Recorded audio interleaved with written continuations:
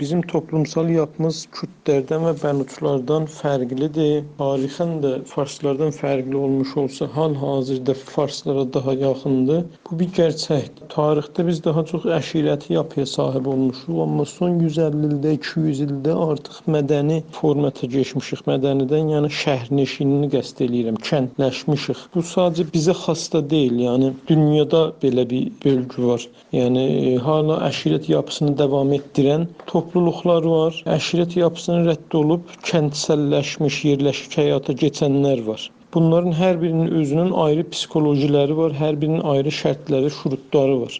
Yəni bu sadəcə ərəb, kürd, türk, farsla ölçülmür. Elə Əfqanistanda da, Pakistanda da, Avropada da, dünyanın hər yerində bu cürdür. Yəni qəbilə, əşirəti toplumların öz psixolojiləri var. Kəndləşənlər, yerləşik həyata keçənlərin öz psixolojiləri var. Bizim toplumumuzun psixolojisi bu dəqiqə daha çox yerləşik həyata keçən bir toplumun psixolojisidir. Ona görə də farslarla daha çox qiyaslanar və kürdlərlə, bəluçlarla, hətta türkmənlərlə daha az qiyaslanır. Bunların hər birinin öz şəraiti və öz rahıkarlar, formatlar, mexanizmlər var. Bunda ayrı rahıkarlar, formatlar, mexanizmlər var. Bu ki, teorik boşluqlar var. Bunu mən qəbul edirəm, doğrudur. Bizdə teorik boşluqlar var. Amma teorik boşluğun olması məncə başlı başına dəlalət eləmir ki, o millətin, məsələn, o siyasi hərəkətdə bəzi teorik boşluqlar var. Pəs orada təşkilatlanma olmaz, orada mücadilə cünbəş olmaz. Yəni biz baxdığımız zaman bu dəqiqə eyni şey İrana keçərlidir. Bir dənə bir İranlı fars kimliyi tanımlayıblar, qalıblar içində tartışırlar ki, bu düzdür, qələtdir, əslində tacikdilər, farsdılar dilləri. Bu fars dili əslində fars toplumu vardı, yoxdur. Bu teorik məsələlər var. Quzey Azərbaycanda elə Azərbaycanlı türk tartışması var. Bütün dünyanın harasına geçsən bu teorik məsələlər, boşluqlar var. O iki arada Sovyet Birliyi ən son teorik məsələlərin yüzündən elə gəldi, çıxdı, ekonomik krizlərdən dağıldı, çıxdı, getdi işinin peşinə. Bəlli oldu ki, əslində bu teorilər düz deyilmiş. Yəni 70 il o teorilər tartışıldı Sovet dövründə. Bizdə də var, olacaq, tartışılacaq. Bunlara çözüm gətirməliyik, tərif gətirməliyik. Gətirdiyimiz təriflər də zaman-zaman yenə tartışılacaq, zaman-zaman yenə dəyişilə biləcək. Yəni gətirdiyimiz təriflər də elə əbədi olmayacaqlar. Bizdən sonraki nəsillər onları tartışacaqlar, bunlar dəyişəcəklər. Bu teorik məsələlər insanla bərabər dəyişirlər hər zaman. Bizim gətirdiklərimiz də mütləqa ki dəyişəcək. Amma bu demək deyil ki, məncə siyasi hərəkət, cünbəş, mübarizə olmayacaq. Elə bu mübarizə də bu teorik məsələlərlə bərabər davam edəcək. Təşkilatların çoxluğu məsələsi məncə çox təbii bir məsələdir. Siz baxın Türkiyədə yüzlərcə parti, dərnək, vakıf, quruluş, Quzey Azərbaycanda. Quzey Azərbaycan bizim 4-dən birimizdir, amma məsələn bizim 3-4 qatımızın da orada parti var. Çoxluğu məncə başlı başına sorun deyil. Məncə məsələ budur ki, bizim hərəkətimiz niyə ofoqi çox gəlişir, əmudi az gəlişir? Təbii ki, parti çox olar, hizb çox olar, quruluş çox olar. Olmasının məncə də heç bir ziyanı yoxdur. Amma bu qurulanlar niyə dərinləməsinə rüşd eləyə bilmirlər? Biraz ona baxmamız lazım. Bizim əmudi rüşdümüzün zəifliyini 3 məsələyə bağlayıram açıqcası. Biri bizim millətimizin öz tarixi ilə və keçmişi ilə bağlıdır. Yəni belə deyim, biz bu dəqiqə dururuq, özümüzü müqayisə edirik kürdlərlə, bəluçlarla, ərəblərlə. İntizarımız var o qədər ki, onlarda radikal hərəkətlər var, bizdə də olsun. Bu olmaz, bu mümkün deyil. Çünki o həzinəyi ki, o ödəyibdir, millət olaraq hər cəhətdən iqtisadi, siyasi, fərhəngi, o qədər ki, o dışlanıb, o qədər ki, o əzilib, biz əzilməmişik. Təbiətən o dərəcəyi radikallıq onlarda olmayacaq və bu siyasi mücadilənin dərinləşməsi də mənim nəzərimə bu radikallıqla doğru orantılıdır. Bir məsələ isə budur ki, bizim əslən keçmişimiz onlarla fərqlidir. Qiyasımız məhəl fariq olur. Yəni biz özümüzü gərək kürdlərlə, ərəblərlə, bəluçlarla düzdür eyni vəziyyətdəyik, amma çox da qiyaslamayıq. Çünki pişinəmiz fərqlidir.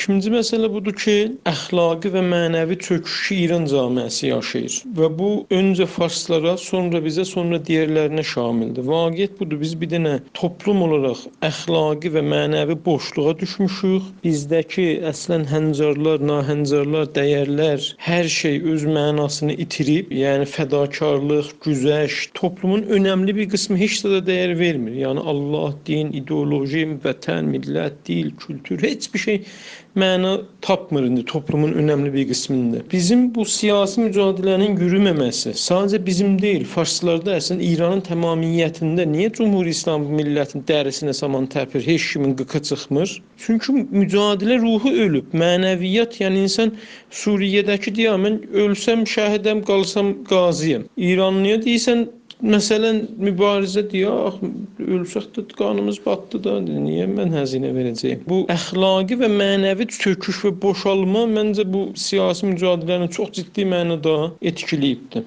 Və elə dəqiqən buna görə də bizim hərəkətimiz ufuqi gəlişir, amma əmudinin həzinəsi var. Sən dərinləməsinə dursan siyasi və ya əsən media hər nə fəaliyyət eləsən, bunun bir dənə həzinəsi var. Bu sənə həzinə ödətdirə bilər. Ona görə insanlar dərinləməsinə, əmudi iş görməkdən qaçınırlar. Üçüncü amil Cümhuri İslaminin vaqəən bu cümbüşləri sərkub eləməkdə, içinin nüfuz eləyib mütəlaşi eləməkdə və istihbaratı şəbəkələri ilə bunları etkisiz halə gətirməkdə vaqəən xeyir olmasıdır. Yəni hesablayın, Suriyə kimi bir məmləkətdə o ikalat inqilabı Cümhuri İslamı rəsmən zəmingir elədi və çövürdü Əsədin tərəfinə. Hakəza Əraqda. Düşünün ki, biz qarşımıza çıxan adamdan qorxuruq. Çünki bilmirsən ki, bu adam sən işləyir ya kim işləyir. Yəni o qədər Cümhuri İslam bu işlərə həzinə qoyur və xibrədir.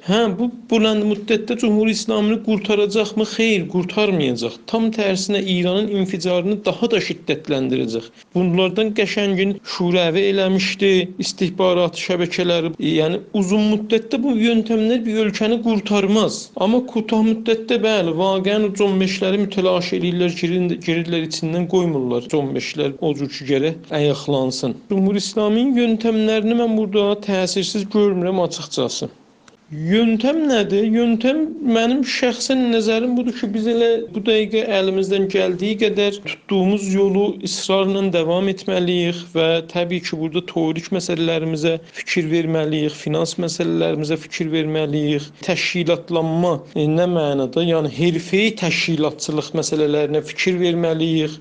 Bizim məsələlərdə indiyə kimi çox işlər görmüşük, amma eyni zamanda zəiflərimiz var. Finans məsələlərində zəifimiz var, teorik məsələlərində bir miqdar işləmişik, amma daha çoxlu işləməmiz lazım. Hərfəyi təşkilatçılıq babında zəiflərimiz var. Bu zəiflərimizi gedərməmiz lazım. Mən mütəqidəm, Cümhuri İslamının çökdüyü anda biz bu həssəni böyüdə biləcəyik. Eyni şey oldu tezarlar çökəndən sonra Məhəmməd Əmin Rəsulzadəgilin gördüyü işdə, eyni şey oldu Sovyet dağılandan sonra Elçibəyin gördüyü işdə, eyni şey bir cürlüqlə oldu elə İran inqilabından sonra mücahidlər və fədailər. Yəni bir anda o baskı rejimi qalxdığı anda o həstələr böyüyə bilirlər. Yetər ki, sən həstənin mekanizmlərini doğru təriflə. Biz o həstənin mekanizmlərini doğru tərifləməyə baxmalıyıq məncə indi, teorik və pratik olaraq. Bütün siyasi cümbüşlər kimi Azərbaycan Milli Hərəkatının da özünə görə mənfi və müsbət tərəfləri var, mənfi və müsbət nöqtələri var. Bayaq dediyim kimi Azərbaycan Milli Hərəkatı ola bilsin ki, əmudi, yəni dərinləməsinə bizim istədiyimiz qədər gəlişməyibdir hələlik, indilik. Amma bu bir vaqiətdir ki, ufuqi şəkildə, yəni toplumun ərzində çox yayılıbdır və bugün biz baxırıq, görürük ki, Azərbaycan camiəsində, toplumunda, özəlliklə gənclərin arasında milli bilinçlənmə fövqəladə şəkildə yayılıb. Elə bu bais olur ki, Azərbaycan Milli Hərəkatı özünü bir söyləm kimi, qoftman kimi İranın müadilələrinə özünü daxil eləmiş olsun bugün. Sadəcə İran deyil, bugün dünyada baxdığımız zaman İranla bağlı bütün müadilələrdə Azərbaycan Milli Hərəkatı və İrandakı Türk Milli Hərəkatı ləhaz edilir, diqqətə alınır. Bu bizim hərəkətimizin əslində çox böyük bir nöqtəyə qüvvətidir ki, bizim camiəmizdə belə bir böyük məfkurə oluşubdur. Geniş bir tabana, çox geniş bir qaydaya yayılıbdır və şəxsən düşünürəm ki, bu özü bizim çox böyük bir avantajımız və nöqteyi qüvvətimizdir və bundan dolayı da çoxlu biz avantajlar əldə eləmişik və elə bu məsələ bizə çoxlu potansiyellər yaradıbdır. Bu potansiyellərin bir qismini, az bir qismini hətta bu günə qədər belfeylə təbdil eləyə bilmişik, amma gələcəkdə bu potansiyeldən böyük istifadələr eləyə bilirik. Əmudi gəlişmə məsələsində, dərinliyinə gəlişmə məsələsində də doğrudur. Dediyim amillərə görə 3 amil ki saydım. Biri İran dövlətinin istihbaratı yöntəmləridir. Biri toplumda bir növ bizim ərzişi və mənəvi böhran yaradılmasıdır ki, yenə bu da elə özü Cümhuriyyət İslaminin böyük bir təsiri var bunda və əslində Cümhuriyyət İslaminin ürünlərindən və məhsullarından biridir bu böhran və hərəkətimizin pişiyinəsi və gəlişmə şəkli. Amma ona rəğmən yenə də bizim hərəkətimizdə təşkilatlarımız var. Təşkilatlarımız etkilidirlər. Yəni elə deyil ki, bizim təşkilatlarımız yoxdular.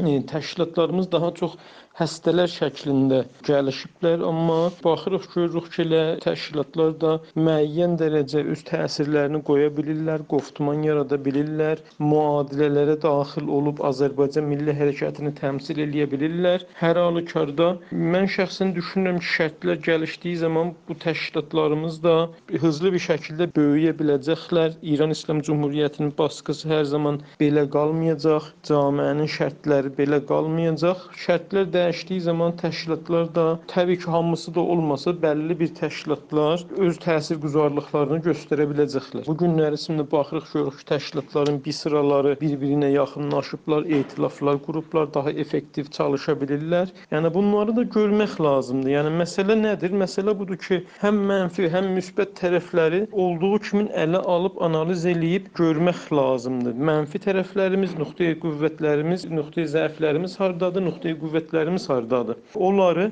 yaxşı analiz eləməmiz lazımdır. Şəxsən düşünürəm ki, hərəkətimiz feilən gərəkli siyasi umqa, əmudi umqa yetişməyibdir. Daha çox çalışmalıdır bu cəhətdən. Amma bu o demək deyil ki, bizim dərinləməsinə gəlişməmiz yoxdur. Amma ufuqi olaraq, ərzi olaraq daha yaxşı gəlişmə göstərmişik keçən illər içərisində və bu mücadiləyə hər halükarda davam etmək lazımdır. Hər iki cəmbədən və düşünürəm ki, gələcək illərdə daha da yaxşı nöqtələrə çatacaqdır hərəkət.